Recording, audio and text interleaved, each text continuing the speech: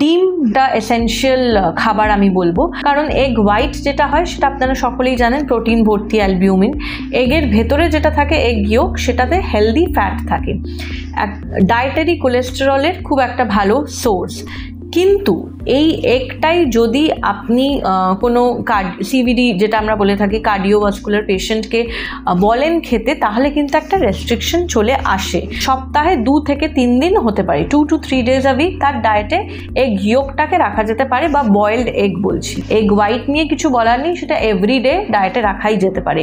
কিন্তু এই যে এগ কোলেস্ট্রল বাড়ায় কি না, এইটা আসছে যখন আমরা ইয়োক পার্টটাকে কনসিডার করছি। ইয়োকটা যদি খেতে হয় তাহলে সেটা কিন্তু সপ্তাহে 2 থেকে 3 দিন in case of heart patients. Normal যদি আমি মানুষের কথা বলি, ওরকম সেভাবে কোনো রেস্ট্রিকশন নেই। এভরিডে বা অল্টারনেট ডেজ একটা করে ডিম তার ডায়েটে রাখাই যেতে পারে উইথ ইয়োক।